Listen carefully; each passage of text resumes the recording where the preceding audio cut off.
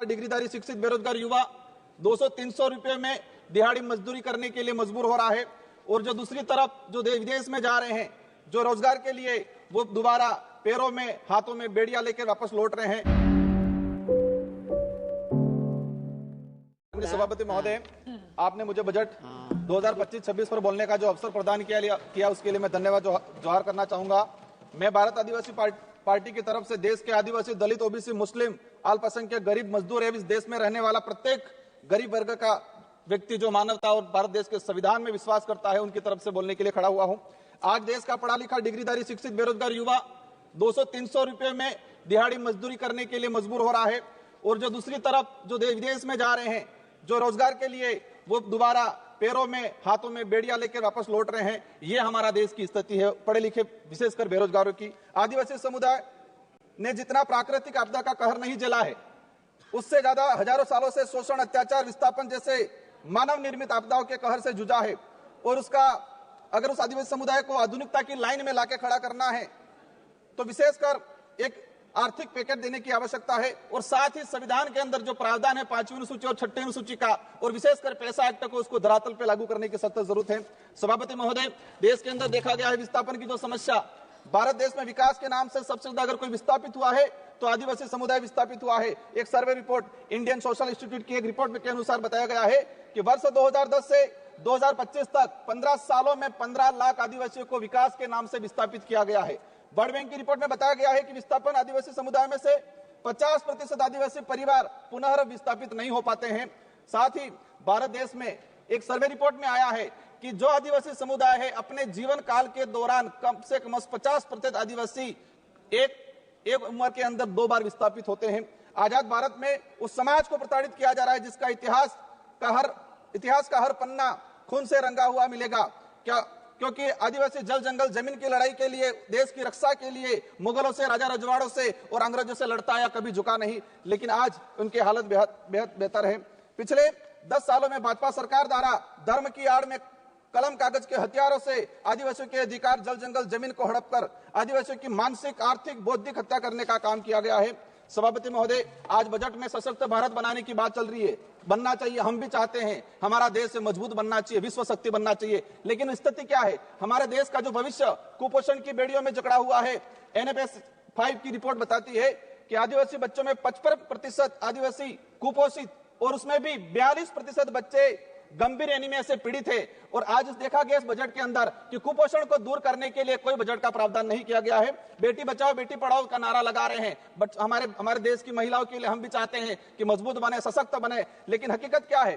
देश के अंदर देखा गया है कि आदिवासी समुदाय में विशेषकर हर तीसरी महिला कुपोषण का शिकार है और हर दूसरी महिला एनीमिया का शिकार है। आदिवासी बच्चों में शिशु मृत्यु दर राष्ट्रीय औसत से 30% अधिक है। 5 वर्षों से कम उम्र के आदिवासी बच्चों की मृत्यु का अनुपात राष्ट्रीय औसत से 61% अधिक है।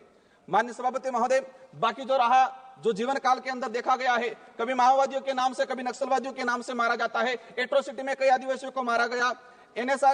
NSRC की एक रिपोर्ट बताती है कि वर्ष 2020 से 2025 मात्र 5 साल के अंदर 400 आदिवासी पुलिस मुठभेड़ में मारे गए हैं। आज मणिपुर का हत्याकांड, मणिपुर में देख लो, कई आदिवासियों को मारा गया है। छत्तीसगढ़, झारखंड का आम आदिवासी कभी उधर नक्सलवाद माओवादी की गोलियों के से कहीं के निशाने पे है, उधर पुलिस की गोलियों पे निशाने है। बीच में आम व्यक्ति जो है वो आज उसके साथ अत्याचार हो रहा है।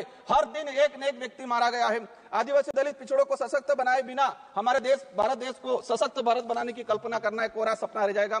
स्वास्थ्य सुविधा की देखा जाए, आदिवासी क्षेत्र में PSC CSP की CAG की एक रिपोर्ट आई है कि आदिवासी बाहुल्य क्षेत्र में जितनी जो PSC CSC है वहां पर 60% डॉक्टरों के पद रिक्त हैं। देश में मात्र 18% आदिवासी गर्भवती महिलाओं को ही संस्थागत प्रसव का लाभ मिल पा रहा है। संस्थागत प्रसव का सिर्फ मात्र 18%। सभापति महोदय, 1 मिनट का रहा है। शिक्षा की बात करें, हमारे राजस्थान के अंदर जाडोल कोटड़ा के अंदर जहां से एक मंत्री जी आते हैं, वहां पर 14 वर्ष से अधिक बच्चों को स्कूल और पेन पेंसिल किताब क्या है वो नहीं पता है।